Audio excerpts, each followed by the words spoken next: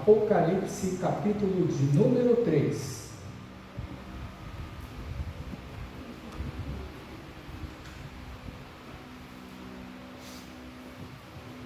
Vamos trabalhar esta noite com a carta à igreja de Filadélfia. Foram 7 semanas, 7 mensagens em que nós falamos sobre as igrejas do Apocalipse. São 7 as cartas. Fizemos uma introdução na entrada do capítulo 1 de Apocalipse 1, que fala sobre a pessoa de Jesus Cristo, que se revelou a João para chegar e orientá-lo a enviar carta às 7 igrejas da Ásia. Falamos sobre todas elas. Falamos sobre Éfeso, Esmirna, Pérgamo, Tiatira, Sardes, Laodiceia. E agora nós estamos entrando em Filadélfia.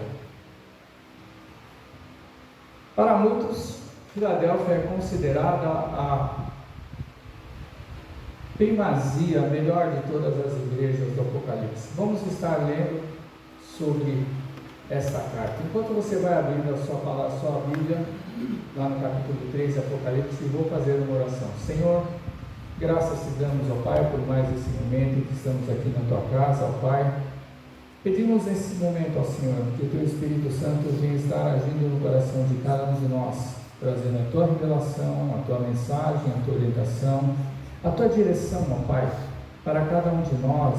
E eu quero ainda te pedir, ó Pai, fala o coração de cada um dos nossos irmãos, pois somente o Senhor é aquele que sonda mentes e corações e sabe de que maneira tratar e agir no coração de cada um de nós, ó Pai. Por isso eu peço a Ti, ó Pai, que o Senhor venha trazer a Tua revelação pessoal na vida de cada um dos nossos irmãos. É o que eu te peço e te agradeço em nome de Jesus Cristo, Senhor. Amém. Vamos lá. Versículo 7, Apocalipse número 3, diz assim: Ao anjo da igreja em Filadélfia escreve: Estas coisas diz o santo, o verdadeiro, aquele que tem a chave de Davi, que abre e ninguém fechará, e que fecha e ninguém abrirá. Conheço as tuas obras, eis que tenho posto diante de ti uma porta aberta, a qual ninguém pode fechar. Que tens pouca força, entretanto guardaste a minha palavra e não negaste o meu nome. Eis farei que alguns dos que são da sinagoga de Satanás, desses que a si mesmos se declaram judeus e não são, mas mentem, eis que os farei vir e prostrar-se aos teus pés e conhecer que eu te amei. Porque guardaste a palavra da minha perseverança, também eu te guardarei da hora da provação que há de vir sobre o mundo inteiro, para experimentar os que habitam sobre a terra. Venho sem demora, conserva o que tens, para que ninguém tome a tua coroa. Ao vencedor, falo-ei coluna no santuário do meu Deus, e daí jamais sairá. Gravarei também sobre ele o nome do meu Deus, o nome da cidade do meu Deus, a nova Jerusalém, que desce do céu, vindo da parte do meu Deus, e o meu novo nome.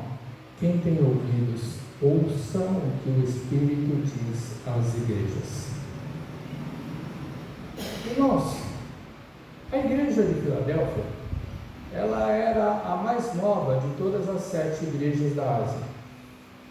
Talvez por ser a mais nova,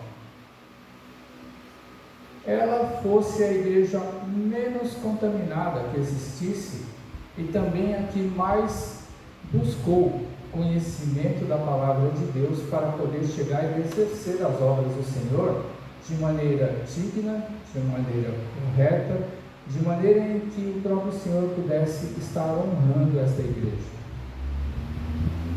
Filadélfia não era uma cidade de muita expressão, a igreja de Filadélfia também não era uma igreja de muita expressão. A cidade era uma cidade pequena, tinha a sua produção, a sua economia, mas não era uma cidade muito importante, tanto para o império quanto para a religião que dominava na época. e até mesmo para a importância no sentido das pessoas elas valorizarem. O que eu quero dizer com cidade que valoriza? Existem algumas cidades, por exemplo, que você chega e você que mora aqui em Lençóis, algumas cidades que você conheceu, conhece ou gostaria de conhecer, onde você vislumbra determinadas coisas. Por exemplo, vamos falar da nossa região, né? Da nossa região. Algumas coisas que tem aqui, que não tem aqui em Lençóis, tem em Bauru, por exemplo. Bauru é uma cidade pequena, né? Mas da nossa região é uma cidade grande. Quando você chega lá e você vê que tem tudo. O que eu digo que tem tudo? Tem mercados, tem shoppings, tem diversões, tem variedades de coisas em que você pode conhecer, visitar, tem até um zoológico, né? Tem um jardim botânico, por exemplo, coisas que normalmente você não encontra em qualquer tipo de cidade. Filadélfia não era uma cidade dessas, onde você pudesse vislumbrar alguma coisa. Era uma cidade pequena. A igreja cristã, a igreja da cidade de Filadélfia era pequena. Mas quando a gente começa a ler essa carta, ou as outras cartas em si, a gente vai ver que Jesus, ele não está nem um pouquinho preocupado com a forma, com a aparência, com o tamanho da igreja, com a quantidade de pessoas que ainda estão. Jesus, na realidade, quando ele começa a falar, exortar, criticar, animar, honrar, elogiar, Jesus ele vai falar sobre coisas específicas de dentro do povo, de dentro da igreja, de dentro do coração de cada um dos irmãos. E aí, depois que eu terminar de falar, serei breve com relação à carta de Filadélfia, eu vou dar uma repassada sobre os pontos chaves que dentro das mensagens de cada igreja eu citei ao decorrer desses domingos em que nós estivemos falando sobre as igrejas da Ásia, sobre as outras 6 igrejas de hoje de Filadélfia. Eu vou citar algumas coisas que são chaves. Existem muitas coisas que são importantes, interessantes, muitas coisas que devem ser guardadas por nós, mas dentro de cada versículo chave que eu citei, eu vou falar coisas sobre a recomendação que Jesus lhe dá, coisas que não valem para nós somente como se fosse uma dessas igrejas. Se a gente tivesse que se elencar, ou imagine uma igreja que você conhecesse bem, que não fosse a nossa, e você chegasse e você fosse falar, nossa, essa ou aquela igreja, ou a minha igreja, ela se parece com uma dessas 7. Você não vai encontrar. Você pode até ver uma ou outra igreja que tem algumas coisas, mas quando essas cartas elas foram enviadas lá naquela época, eram situações específicas do tempo, como eram chamadas cartas circulares, cartas que eram para ser dirigidas não somente para o anjo, para o pastor, para o líder da igreja. Essas cartas elas eram dirigidas para todos os membros de cada igreja. E, por exemplo, numa das cartas, Jesus ele chega e fala que todas as igrejas saberão, quando ele fala sobre uma determinada igreja, de algo que ele vai fazer. Quando Jesus cita todas essas igrejas, todas as igrejas, significa que estas cartas não estão relacionadas única e exclusivamente para aquela época. Até mesmo porque, quando Jesus ele chega e fala, quem tem ouvidos, ouça o que o Espírito diz às igrejas, e ele traz sobre coisas da era do porvir, do tempo da vida eterna, ao qual nós vamos viver, vai dizer que, mostrar que essas cartas elas são para as igrejas de todos os tempos. E nós vamos ver sobre cada situação, sobre algumas coisas que estão escritas, que cada um de nós, em uma, 2, 3 ou mais situações, vamos ver que pessoalmente, não como igreja, mas nós que fazemos parte de uma denominação ou da igreja do Senhor, vai ver que essas exortações, elas estão muito vivas quase 2.000 anos depois. Se foi feito lá pelos anos 90, 100 da nossa era cristã, imagina que hoje, em 2024, um pouco mais ou menos, quase 1.900 anos depois, um pouquinho mais, essas recomendações, elas valem para o nosso tempo. Vamos lá. Jesus ele vai começar a carta dizendo: o santo, o verdadeiro, aquele que tem a chave de Davi, no versículo 7. Quando ele quer dizer verdadeiro, ele está querendo afirmar e reafirmar que ele é aquele que é totalmente real, sem nenhuma sombra de dúvidas, sem nada onde você pode chegar e pensar: será que é verdadeiro ou falso? Como muitos de nós dizem nos dias de hoje, isso é fake ou é real? Por que isso daí?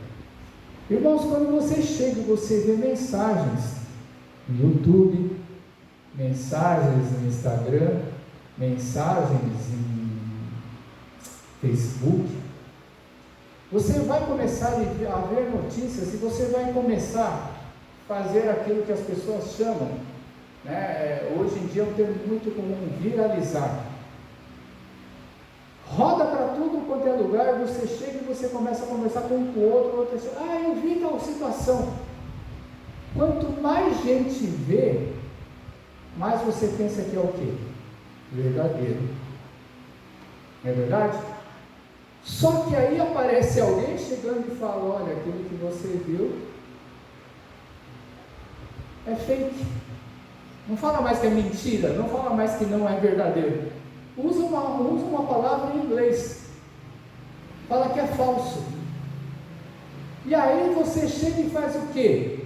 Caramba, eu acreditei tanto naquela coisa lá, e aí o negócio desmorona e desaba dentro de você. Seja ela na área da saúde, seja ela na área da sua fé. Hoje nós temos crentes que dizem ser crentes ou crentes que estão desviados por causa dessas chamadas redes sociais, que vão atrás de pessoas que ficam ensinando mentiras, falando que é verdade, que vem da parte de Jesus, ou que vem da parte, no caso da saúde, de médicos renomados, ou que vem do próprio governo oferecendo benefícios em dinheiro. Na hora que você corre atrás, ou muitas vezes as pessoas chegam e falam: para você ter direito a isso, você tem que depositar tanto. Aí quando você vai ver, você perdeu o dinheiro. A gente pensa: nossa, mas isso já está batido, é velho. Tem gente que está caindo nas mesmas histórias de 5 anos atrás, está caindo nos dias de hoje. Porque ninguém sabe aquilo que é real, aquilo que é verdadeiro, aquilo que é falso. E quando Jesus ele chegou e falou isso naquela época, é porque naquela época já tinha muita gente falando que a mensagem deles era de Cristo, e não é. E quando Jesus ele fala aquele que é verdadeiro, aquele que é santo, ele está falando por quê? Porque a mensagem não foi Jesus que falou com o anjo da igreja.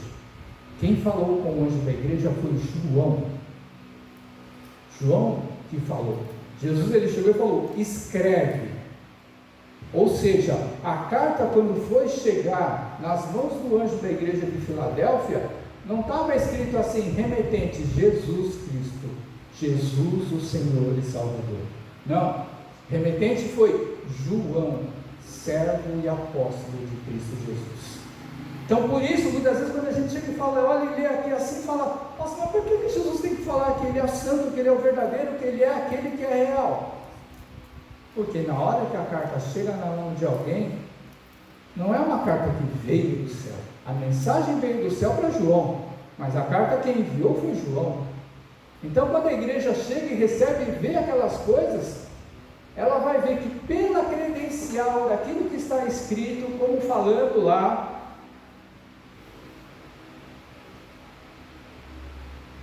o santo, o verdadeiro, aquele que tem a chave de Davi. Olha só a referência que o próprio Jesus ele dá. Aquele que tem a chave de Davi. Quando você chega e fala que tem a chave de Davi, uma das coisas que com certeza você vai lembrar é das palavras que Jesus ele falou depois que ele ressuscitou, dizendo que ele venceu a morte, ele tem as chaves da vida e da morte, porque ele foi morto, ele ressuscitou e agora ele tem a chave, o poder de todas as coisas. Mas aqui no caso da chave de Davi, essa citação que Jesus ele dá, está registrado lá em Isaías capítulo 22, capítulo 20, versículo 22, aonde fala Isaías 22, onde fala sobre a chave de Davi, que foi depositada e confiada às mãos de um homem chamado Eliaquim. Eliaquim, ele era o servo do rei Ezequias na época, tá? E o que significa a chave de Davi, a chave da casa de Davi? Primeiro, anos 90, anos 100 da era cristã, Davi ele já tinha morrido há milhares de anos atrás, há mais de 1000 anos, 1000 e poucos anos atrás. E por que fala da chave da casa de Davi? Por que está citando aquilo que fala assim, em Isaías 22, falando dos tempos do rei Ezequias? O rei Ezequias, ele era um rei que veio depois de Davi. Por que fala a chave da casa de Davi? Está falando sobre a casa real, o palácio onde o rei Davi, que ele era lá chamado um servo do Deus Altíssimo na época, e que prefigurava Cristo Jesus. Essa casa de Davi, a casa do palácio real, ela tinha esse nome, sabe, em memória a Davi, mas tipificando ao próprio Senhor Jesus Cristo. E essa chave da casa de Davi, da chave do palácio real, onde o rei Ezequias morava, irmãos, ela era confiada unicamente a uma só pessoa. Então esse homem chamado Eliaquim, ele tinha a chave de todas as portas que existiam dentro do palácio real. Que tipo de portas, irmãos? Porta de entrada, a mesma porta de saída, a porta que vai para o banheiro, a porta que vai para a cozinha, a porta que vai lá para a lavanderia. Só que tinham 2 aposentos importantes dentro da casa e do palácio real, que só esse homem tinha essa chave. A chave dos aposentos, onde dormia o rei, e a chave da casa dos tesouros. Irmãos, sabe o significado de alguém chegar e ter a chave, o poder das chaves de uma casa? Eu vou dizer para vocês, eu não sei se vocês eram assim, mas eu creio que a maioria de vocês era como eu era no passado. Quando a gente é casado e a gente tem filhos, a chave da nossa casa, você pode reparar, sempre fica na mão do pai e da mãe. O filho, quando ele chega e ele quer sair de casa, ele quer chegar em casa, ele tem a chave.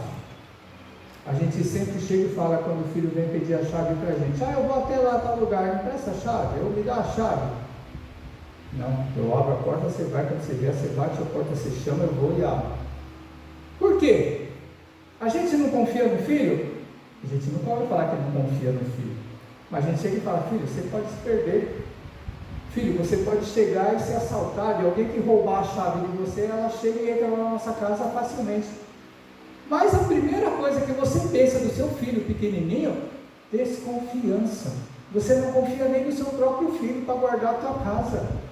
Então olha só a importância da chave da casa de Davi, que o próprio Jesus ele vai e cita. E a chave de Davi, esse Eliaquim, esse mordomo na época, vocês imaginam assim, o cara era um mordomo.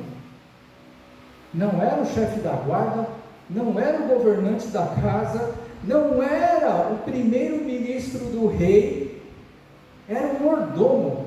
Vocês imaginam a confiança que o rei, ele tinha no mordomo? É igual nossos filhos. Quando você confiou de chegar e dar a chave da sua casa para o seu filho? Provavelmente quando ele tinha seus 18 anos, 19 anos, seus 17, 16, sei lá, imagina qual a idade que você pensa. Qual foi a idade que você teve dos seus pais a chave da sua casa para você abrir e fechar e você levar no seu bolso para onde quer que você queria que você fosse? Irmãos, eu demorei muito para ter a chave da casa da minha casa. Meus filhos também demoraram bastante para ter a chave de casa, para poder chegar e ir para onde quiser e levar a chave de casa. Então olha só o que Jesus ele chega e fala: eu tenho a chave de Davi. Jesus ele está querendo dizer o seguinte: a casa de Davi ela tipifica e mostra que é o reino messiânico, o reino da entrada dos céus. Jesus ele está dizendo aqui o seguinte: sou eu que vou estar na porta do céu no dia que eu voltar para buscar o meu povo e chegar e levar ele para o céu. Ou seja, o mesmo Jesus que vai estar vindo buscar a gente, vai ser o mesmo Jesus que vai estar lá na porta do céu dizendo se vai poder entrar ou não vai poder entrar. É aquele que tem essa porta, a porta de entrada, o céu, ele é uma coisa ilimitada e infinita, mas existe uma porta, que se a gente não passar por essa porta, a gente não entra no reino celestial. Então essa credencial que Jesus ele chega e ele fala, automaticamente já está ligando ao versículo seguinte, onde ele chega e fala assim: eu tenho posto diante de ti uma porta aberta que ninguém pode fechar. Só que antes ele fala: eu conheço as tuas obras, eu sei o que você faz, o que você tem feito para mim dentro da minha casa. Porque quando ele fala a igreja, ele está falando de quem, irmãos? Ele não está falando de célula solta. Quando somos missionários, se nós somos missionários, e nós partimos para o mundo afora, não existe, ou melhor, se existir, está errado, não pode existir missionários que vão para o mundo afora sem a cobertura de uma igreja. Ou, normalmente, os missionários, quando eles vão para fora, eles vão a cobertura de quê? De uma organização missionária. E normalmente a organização missionária ela não é uma igreja, ela pode até ser vinculada à igreja, no caso nosso, por exemplo, mas muitas organizações missionárias não são vinculadas a igrejas, a denominações. Às vezes eles agregam vários irmãos de várias denominações. Então, quando o missionário ele sempre vai com quem? Com uma cobertura. Pode não significar absolutamente nada, mas ele nos mostra a nossa procedência. E Jesus, quando ele chega a falar: eu conheço as obras que você faz. Quando ele fala que ele conhece as obras que a gente faz, ele está falando exatamente para aquilo que está dentro do coração de cada um de nós. Podemos fazer um monte de coisas, um monte de obras, um monte de serviço, um monte de tarefas dentro da igreja, dentro da obra.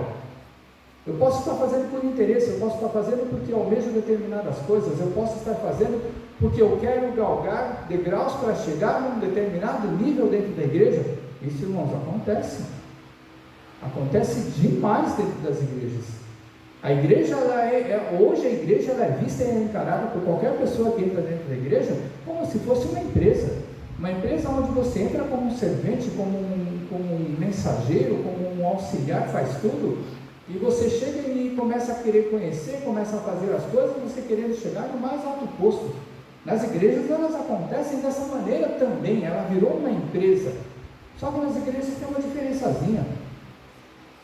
O dono da igreja não é pastor, muito menos a própria denominação. O dono da igreja é Jesus. O dono da igreja é Deus. E ele, como conhece o coração, a intenção de cada um de nós, ele sabe o porquê nós fazemos determinadas coisas. Nós fazemos por amor, nós fazemos por interesse, nós fazemos para conquistar determinadas coisas. É o Senhor quem vai saber de todas as coisas. Mas Jesus, ele chega e ele fala que conhece a intenção no coração de cada um, e ele, quando ele fala que ele tem posto uma porta aberta que ninguém pode fechar, podemos ter dois entendimentos disso daí, irmãos. Uma delas é o entendimento do seguinte, como era uma igreja missionária, como todas as outras, Jesus, ele chega e fala, ele tem colocado uma porta aberta para você chegar e pregar e levar o evangelho. Porque quando você chega e você vai olhar no contexto da igreja de Filadélfia, você não vai ver Jesus ele chegar e atacando ou criticando absolutamente nada dessa igreja. Conheço a tua força, eu conheço as tuas obras, você tem pouca força, como Jesus ele chega e fala, ou seja, você é fraco, você é uma igreja pequena, você não tem nenhuma expressão, mas Jesus não está preocupado com a tua diferença que você pode chegar e fazer dentro desse meio do mundo secular. Jesus não está preocupado com isso, ele está preocupado com você chegar, eu e você, fazermos aquilo que ele colocou para nós fazermos. O que ele colocou para a gente fazer? Pregar o evangelho, amar o Senhor acima de todas as coisas, amar o nosso próximo, a gente chegar e conviver em comunhão, e a gente lutar e batalhar pela fé cristã até o dia que o Senhor voltar. Então Jesus ele chega e uma das coisas ele pode falar que ele está chegando e ele está abrindo o caminho, para chegar e pregar. Mas uma outra situação é que ele também é aquele que ele, sabendo das coisas que estão dentro do nosso coração, Ele pode chegar e estar nos preparando esse caminho para nós adentrarmos a casa celestial. Porque quando nós entendemos a mensagem de Cristo nos nossos corações, irmãos, a primeira coisa que nós temos que ter dentro da nossa vida é a vontade de querer entrar no reino de Deus. Irmãos, não tem nada que possa estar em primeiro lugar na nossa vida, quando a gente chega e conhece o Evangelho, que não seja querer estar na presença de Deus, vivendo eternamente para adorar e servir a Ele. Porque quando você chega e você entra no Evangelho, pensando que a primeira coisa que vai acontecer na sua vida é você resolver todos os problemas, isso, em primeiro lugar, é passageiro, segundo, é fútil, e terceiro, não vale absolutamente nada no nosso relacionamento para com o Senhor. Jesus, Ele não veio para resolver os nossos problemas que nós criamos e vivemos na nossa vida. Ele vai resolver, da maneira dele, mas essa não é a prioridade de Jesus. Jesus, Ele veio resolver o problema do nosso afastamento de Deus, do nosso pecado que nos afasta de ter a comunhão de Deus. Jesus, Ele veio para solucionar uma coisa que nós não conseguimos encontrar solução, e muitos de nós não sabem que a solução é essa.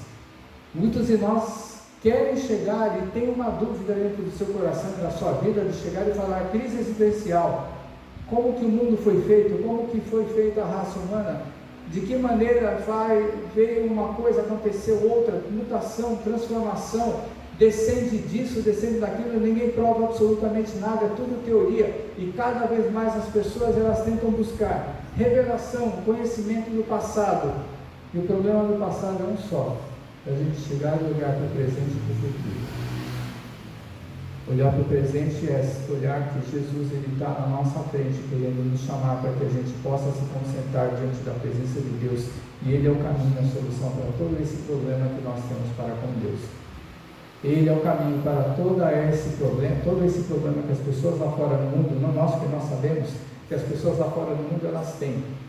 Muita gente que não sabe qual é a sua identidade, muita gente que não sabe o porquê vive, muita gente que chega e procura resposta para tudo, muita gente que tem problemas dentro da sua própria cabeça que ela não entende, que leva as pessoas a se deformar dentro da sua mente ao ponto de distorcer todas as coisas dentro da sua própria vida e achar que tudo aquilo torcido é o mundo real, é o mundo verdadeiro.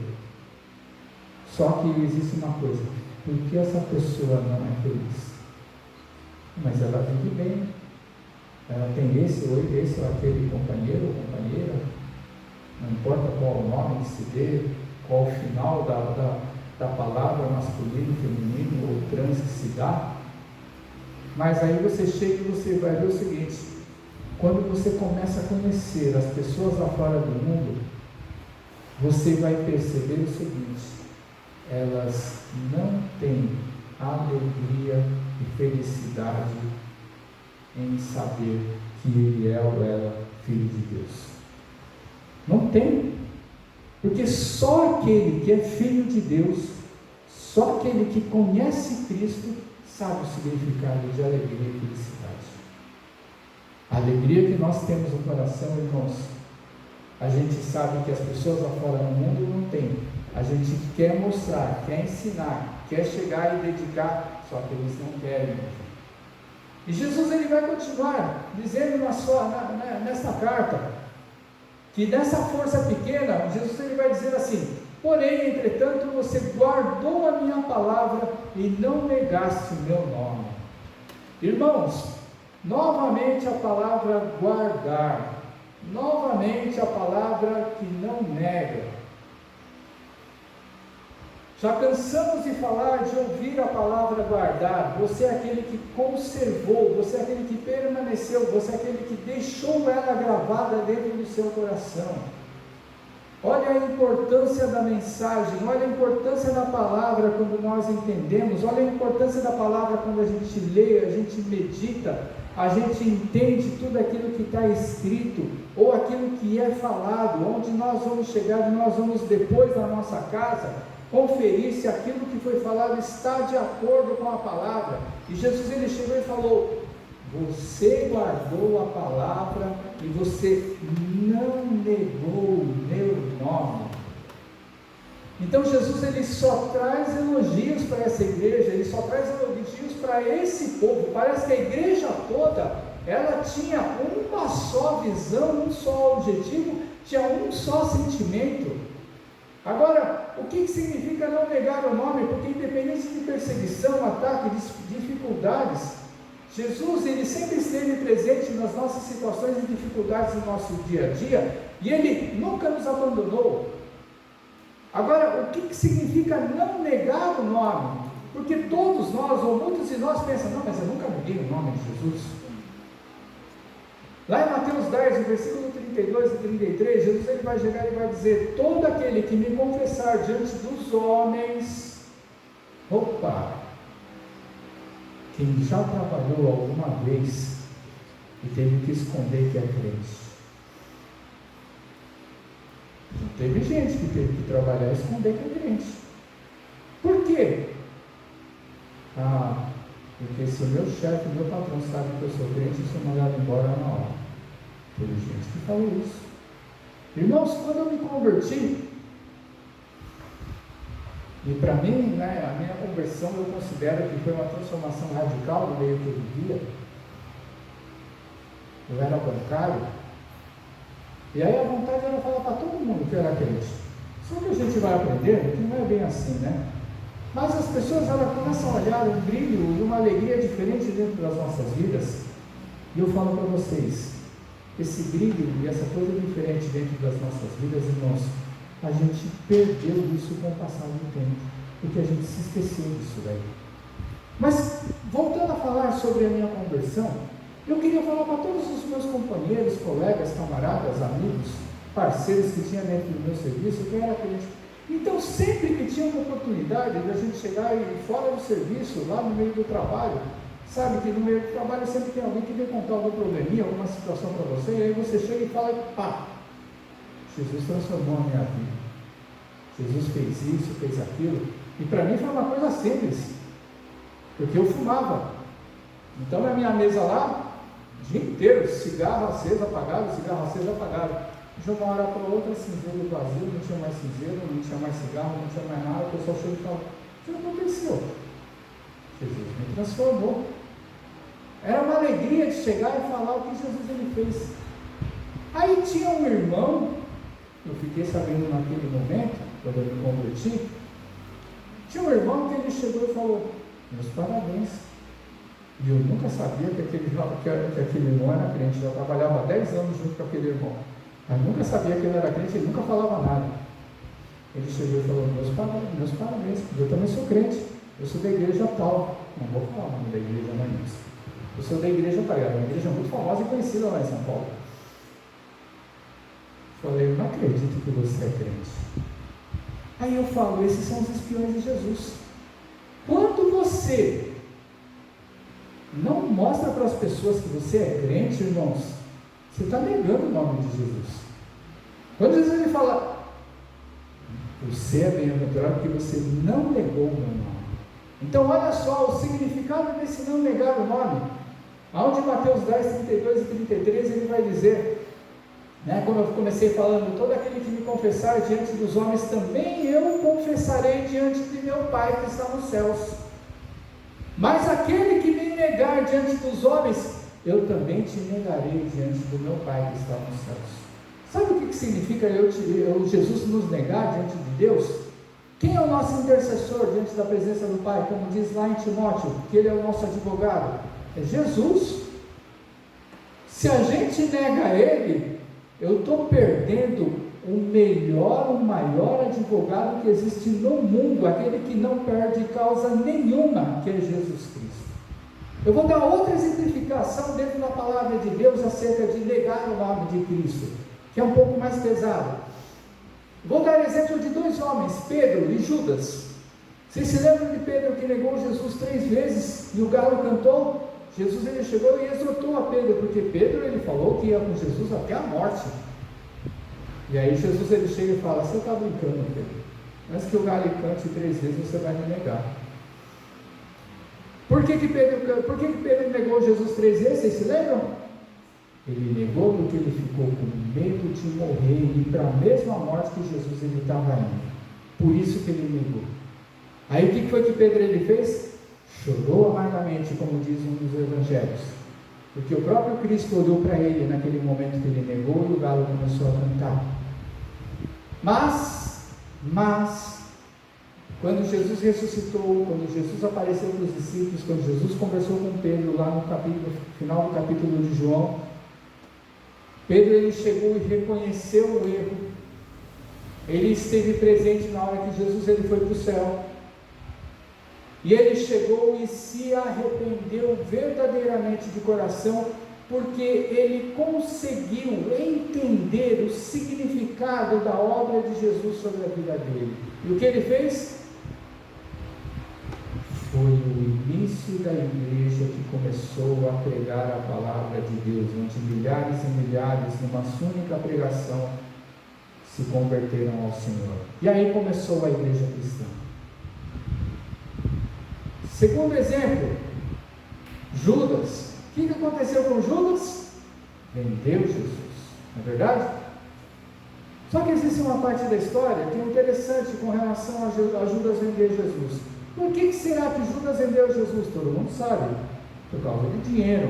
Ele era doidinho por dinheiro, ele era tesoureiro de Jesus, ele era o cara que cuidava do dinheiro, da obra que Jesus ele fazia. Ele recebia o dinheiro lá da mulherada que era rica, que financiava lá a caminhada empreitada de Jesus para anunciar o reino de Deus, mas só que ele pegava uma parte do dinheiro e guardava no seu bolso. Ninguém sabe como é que ele gastava, também não interessa isso aí, mas é que ele era um cara que era doido por dinheiro.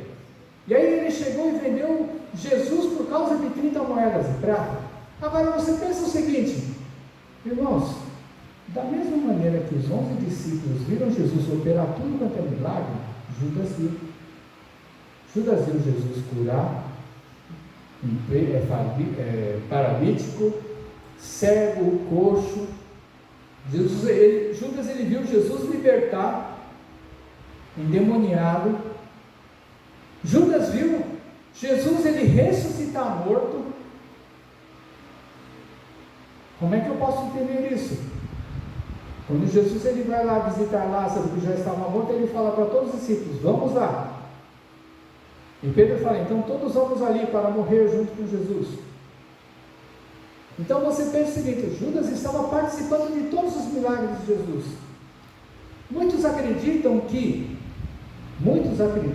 isso ninguém sabe o que é verdade, só o próprio Judas para dizer, mas muitos acreditam que Judas, quando ele vendeu Jesus pelas moedas de prata, Judas acreditava que Jesus, com todos os milagres que ele fazia, ele poderia chegar e se livrar, como várias vezes Jesus se livrou da mão dos guardas do Império Romano, da mão dos saduceus e da mão dos fariseus e da mão dos escribas, que eles vinham lá para catar Jesus. Jesus saía de fininho, ninguém via Jesus sumir. Então, como Judas, provavelmente ele pensou assim, o Senhor ele vai chegar, ele vai dar um jeito de escapar disso daí. Só que Jesus ele foi para onde? Foi para a morte.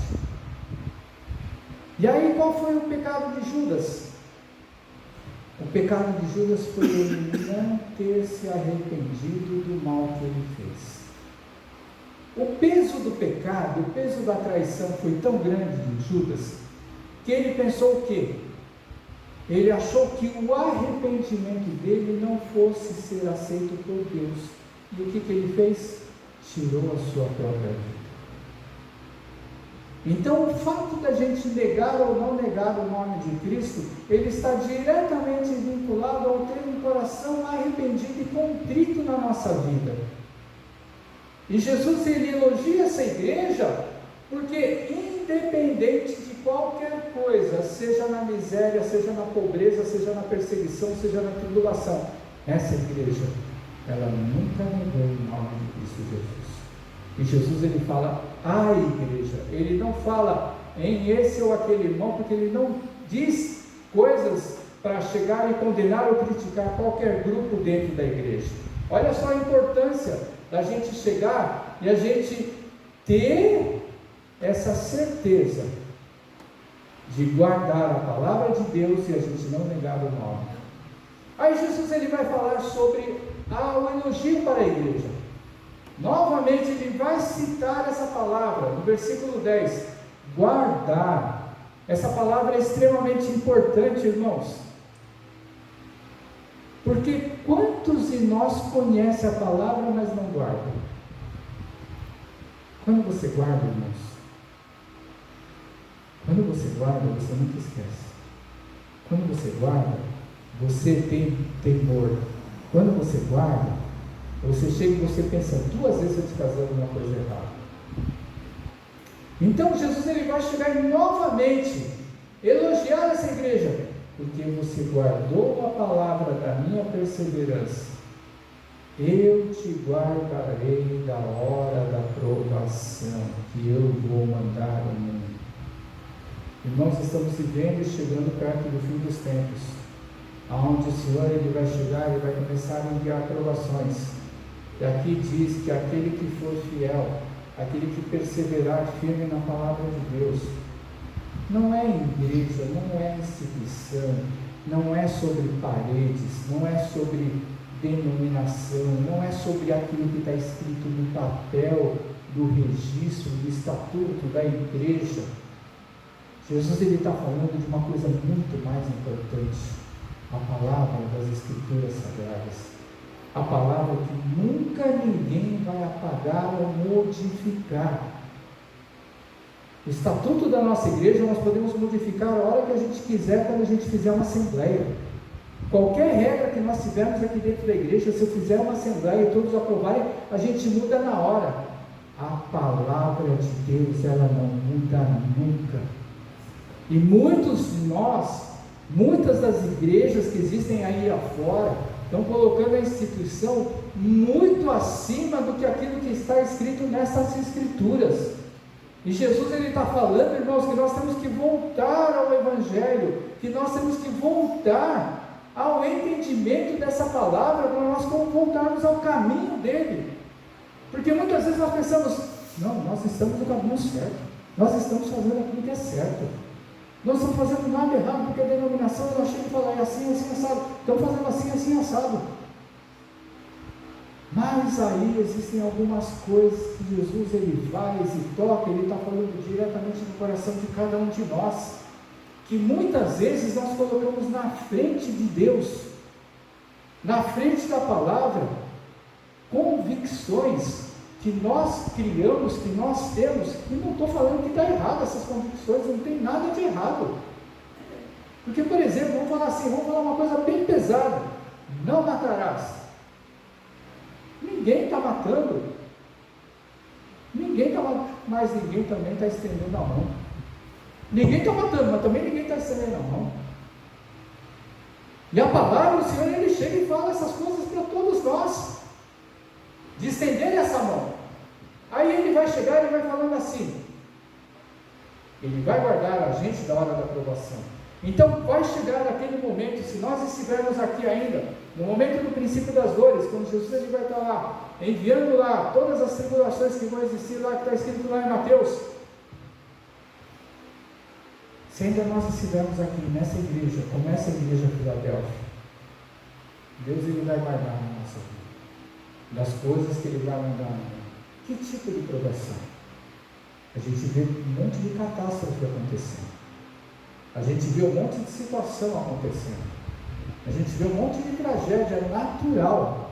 Não estou nem falando das coisas que acontecem aí no meio das muvucas que o povo faz nas festas e coisas que eles organizam por aí afora. Mas com catástrofe natural nós não temos controle. Quando vem aquela chuva pesada com um monte de raio e trovão, você não fica com medo de chegar à tua casa e ser levada junto? Quando vem aquela tempestade, aquela ventania, você pensa, caramba, graças a Deus que a nossa casa é firme, graças a Deus que nós estamos numa casa, sabe, de madeira, de construção segura. Agora imagina quem está no alto do morro, imagina quem está no barraco. Eles sentem muito mais medo que a gente, e assim mesmo no nosso conforto, Na hora que vem aquela chuva pesada com granizo batendo, caindo, você pensa, vai acabar com o meu telhado. Porque quando você está dentro de casa, você ouve lá o barulho do granizo batendo, você fica com medo. Quando você está dentro de um carro, quem já ficou dentro de um carro com chuva de granizo sabe o que eu falo. Quem já ficou dentro de um carro perto de uma enchente, eu já cheguei a ficar dentro do carro perto de uma enchente lá no Tietê, que misericórdia, não quero passar por isso nunca mais. Porque quando a gente vê as coisas na televisão de carro sendo levado por água, aí você vê um monte de gente morrendo, sabe? E você fala, nossa, que terrível. Mas Jesus, ele fala que essa igreja que guardou o nome, a sua palavra, essa igreja, Jesus, ele vai livrar da provação. Pode ser que um ou outro de nós tenha sofrimentos, porque quando você vai olhar todos os apóstolos, eles chegaram e todos eles aconteceu o quê? Todos eles foram martirizados, todos eles sofreram alguma coisa muito ruim, mas eles morreram alegres por chegarem e não negar o nome de Cristo Jesus. Que nós também sejamos assim, se porventura algum de nós passar por isso daí no futuro.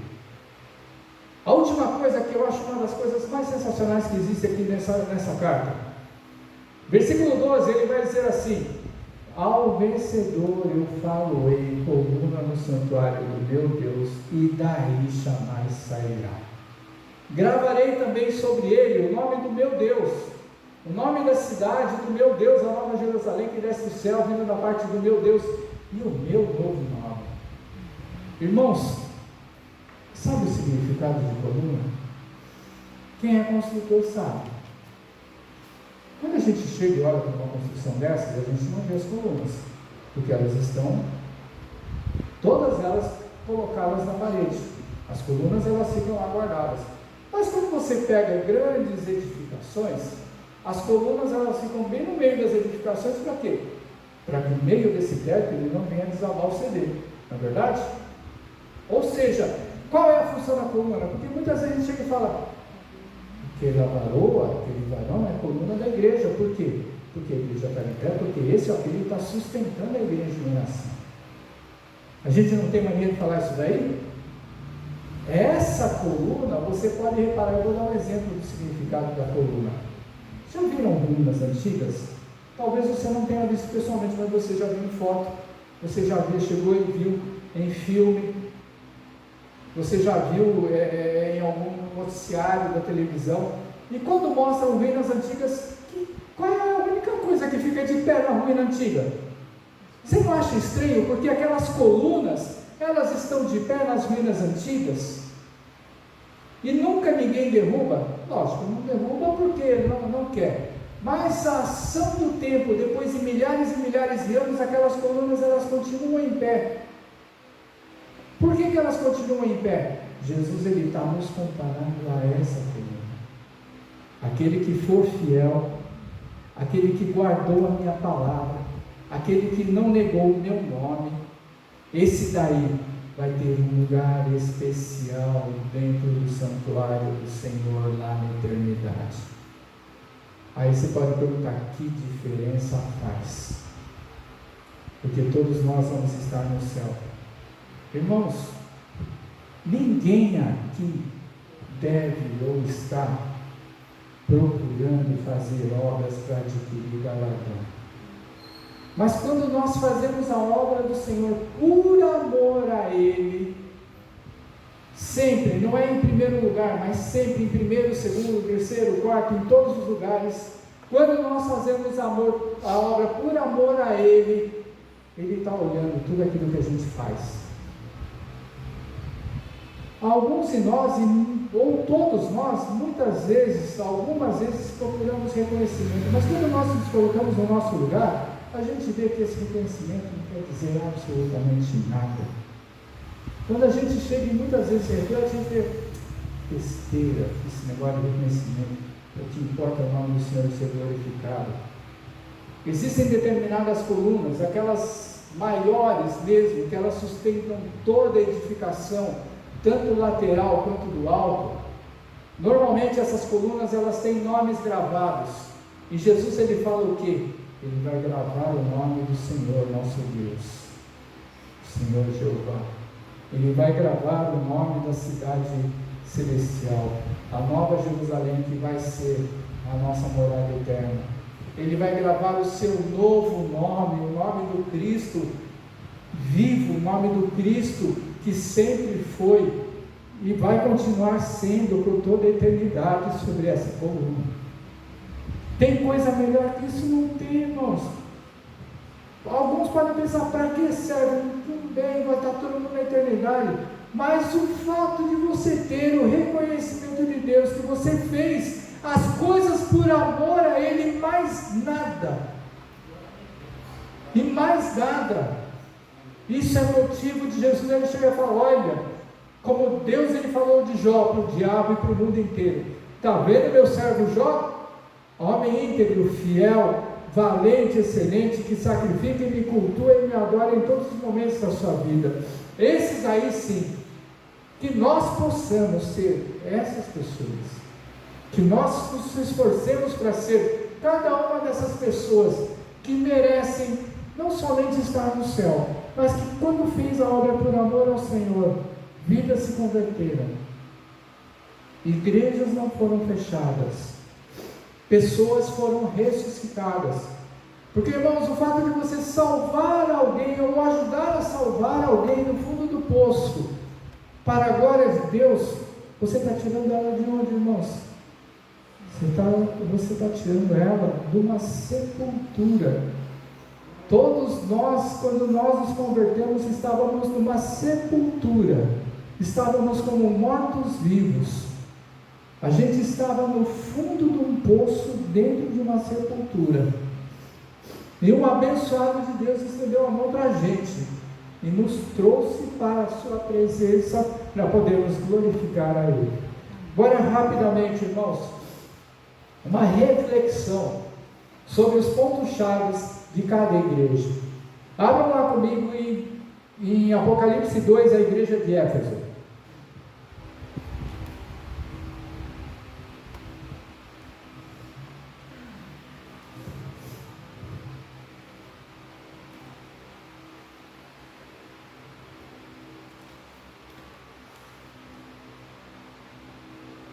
Como eu já havia falado, citado na época da igreja de Éfeso, os versículos chaves é o versículo 4 e o versículo 5. Tenho, porém, contra ti que abandonasse o primeiro amor. Lembra-te, pois, eu de caísse, arrepende-te e volta à prática das primeiras obras. E se não, venha a ti e moverei do seu lugar no teu candeeiro, caso não te arrependas. Olha essa exortação que Jesus ele chega e fala. Muitos de nós abandonam o primeiro amor. Muitos que abandonam o primeiro amor, eles se desviam.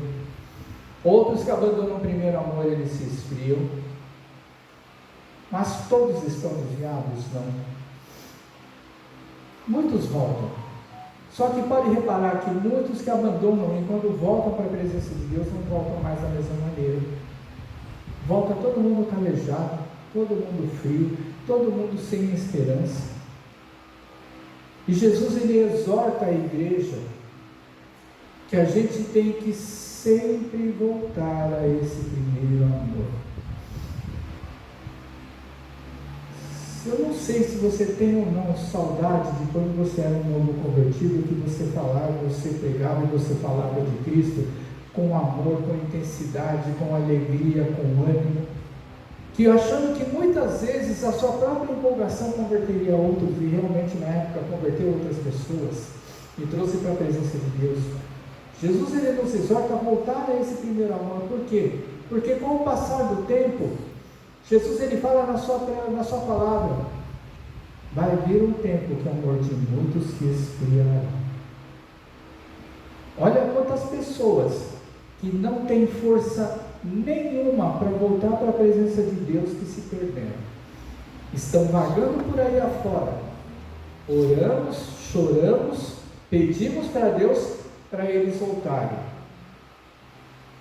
E a gente chega e olha e fala, só Deus para agir nessa pessoa, nessa vida. Agora imagina você, com esse primeiro amor, no seu esfriamento, no nosso esfriamento, a gente não está diferente dessas pessoas que estão desviadas. Por quê? se eu venho na casa de Deus, se eu faço as coisas para o Senhor por fazer, ou só por dever ou por obrigação, de nada vale. Jesus ele chega e fala: te arrependa, porque eu vou mexer e vou tirar o teu candeeiro daí. Significa que ele pode te tirar desse ou daquele lugar, te mover, te chacoalhar a nossa vida, para a gente ver se a gente acorda. Primeira coisa. Segunda carta à igreja de Esmirna, versículo 9: conheço a tua tribulação, a tua pobreza, mas tu és rico. Irmãos, nada dentro dessa igreja, nada na nossa vida, nos deveria impedir de fazer a obra de Deus.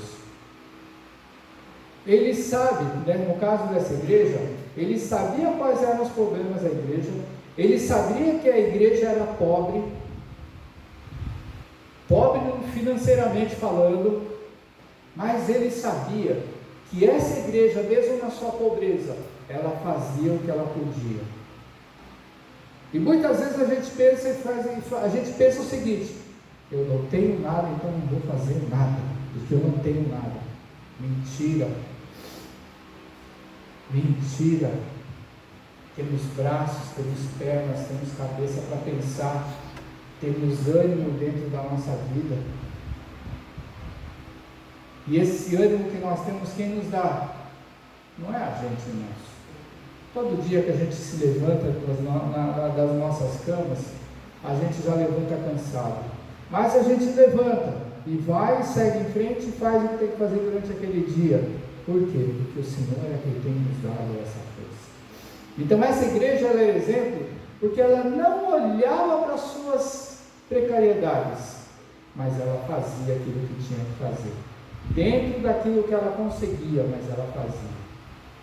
Ela sabia que, mesmo aquilo que ela ofertava, mesmo aquilo que ela fazia para o Senhor, podia não valer nada comparado com grandes igrejas, mas para Cristo, para Deus, era tudo, porque aquilo era exemplo de fé, de amor, de perseverança. Próxima igreja, Pérgamo, versículo 13. Quem esteve nesse dia vai lembrar que o versículo-chave eu quebrei ele no meio. Versículo 13, versículo-chave, ele está contido dentro desse versículo. Ele diz para mim o seguinte: a frase-chave: conheço o lugar em que habitas e que conservas o meu nome e não negaste a minha fé.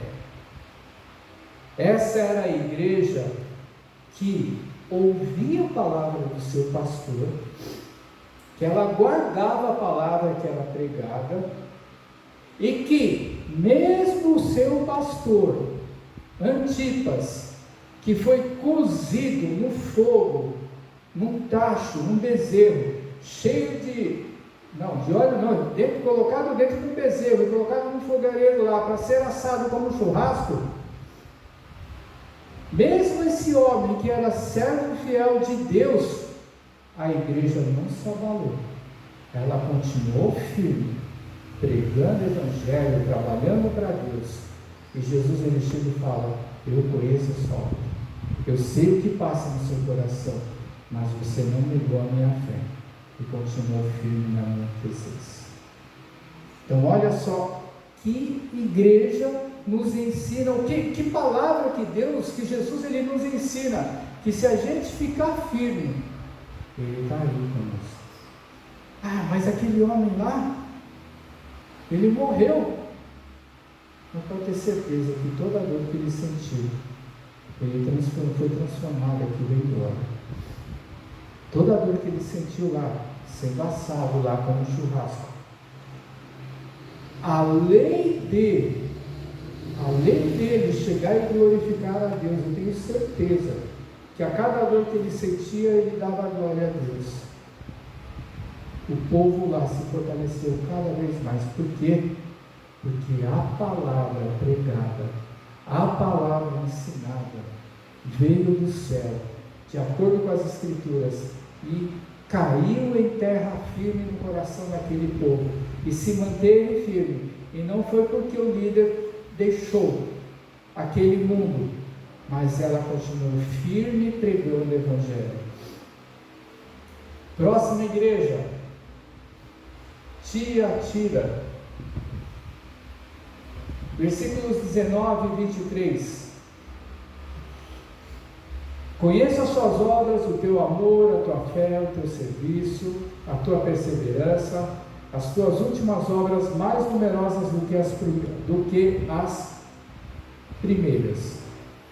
Versículo 23, segunda parte diz assim: eu sou aquele que sonda mentes e corações, e vos darei a cada um segundo as vossas obras.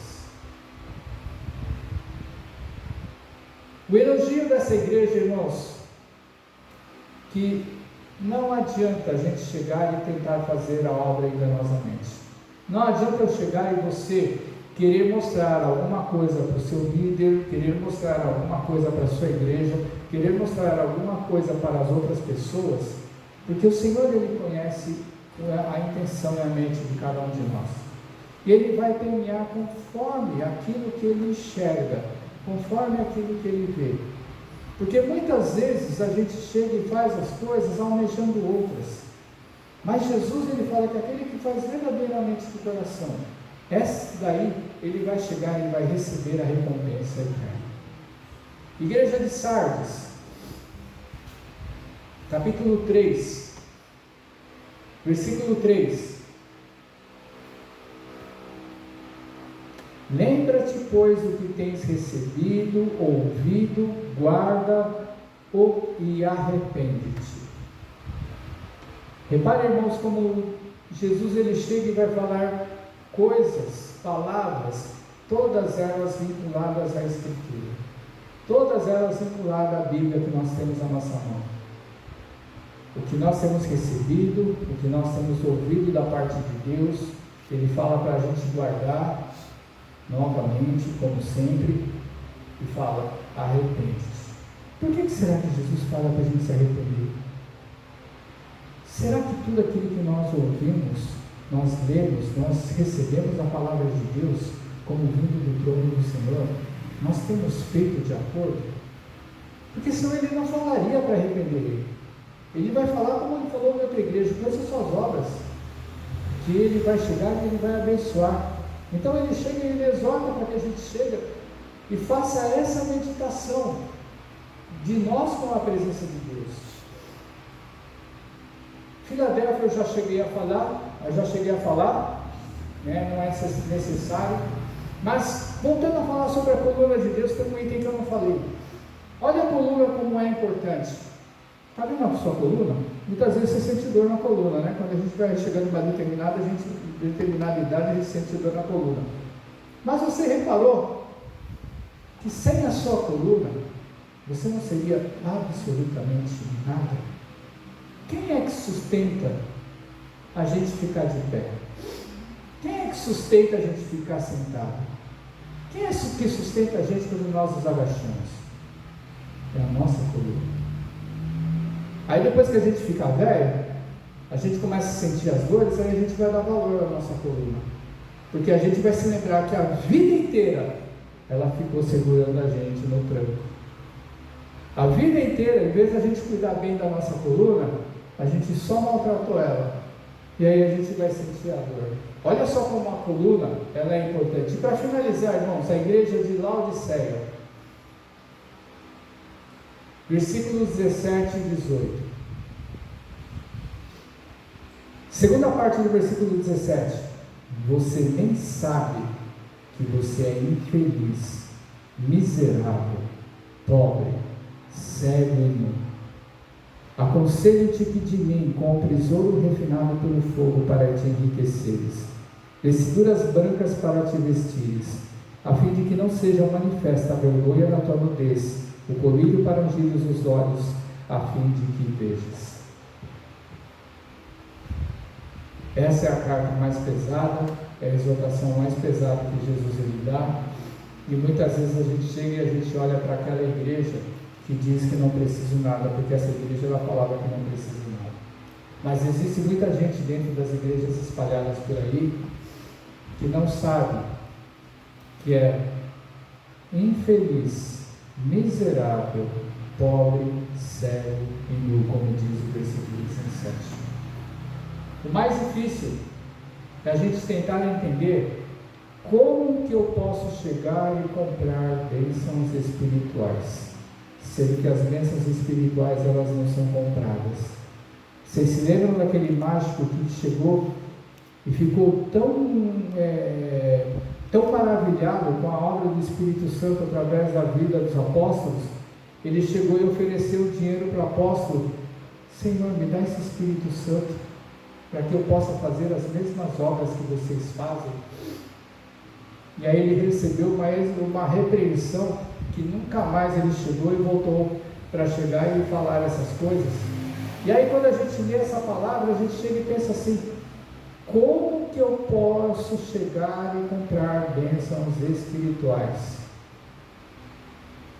Aí eu vou dizer para vocês, coisa que todos nós sabemos: arrependimento, voltar a praticar a primeira obra, voltar a amor, fé, esperança, ter o temor do Senhor. Só que, por que você acha que muitos não voltam, não conseguem chegar e sair dessa dureza de coração e voltar para a presença de Deus? Porque o nosso coração ele se torna tão duro, tão obcecado em determinadas coisas, que nada faz com que Deus seja ouvido e seja tratado. Isso vale para aqueles que estão desviados. Olha para aqueles que estavam na presença de Deus e são desviados. Você consegue falar alguma coisa de Deus para essas pessoas, para elas chegarem e ver que está faltando Deus na vida delas? Não, porque elas chegam e falam: eu não quero nem mais ouvir isso daí. O coração ficou tão duro. Então você olha para aqueles crentes tradicionalíssimos, para aqueles crentes que acham que já está tudo certo, que já está tudo ok entre eles e Deus. Mas Deus ele está batendo na porta do coração. Jesus é aquele que fala: eis que estou à porta e bato. Quem abrir e deixar eu entrar, eu vou chegar e cear com ele. Jesus ele bate na porta do coração de muita gente. Gozado que muita gente chega e fala: Senhor, eu não preciso mais, eu já sou da sua turma, eu já sou daqueles que são salvos, graças a Deus, glória a Deus, porque um dia o Senhor me chamou, um dia o Senhor abriu essa oportunidade. Mas será mesmo?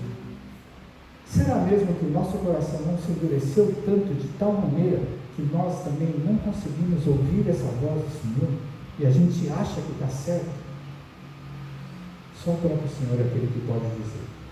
Então, irmãos, ficam todas essas exortações. Eu quero chegar e encerrar somente lendo Apocalipse capítulo 22, para encerrar todas essas coisas. Se você conseguiu encontrar alguma instrução, amém, glória a Deus por isso. Se não, o próprio Senhor trata no coração de cada um. Mas olha só o que finaliza o Apocalipse 22. Eu quero que você leia juntamente comigo versículo 10. Não, vamos ver o versículo 8. Eu, João, sou quem ouviu e viu estas coisas. E quando as ouvi e vi, prostrei-me ante os pés do anjo que me mostrou essas coisas para adorá-lo. Então o anjo me disse: vê, não faças isso, eu sou teu conservo, dos teus irmãos, os profetas, e dos que guardam as palavras desse livro. Adora a Deus. E disse-me ainda: não cedes as palavras da profecia desse livro, porque o tempo está próximo.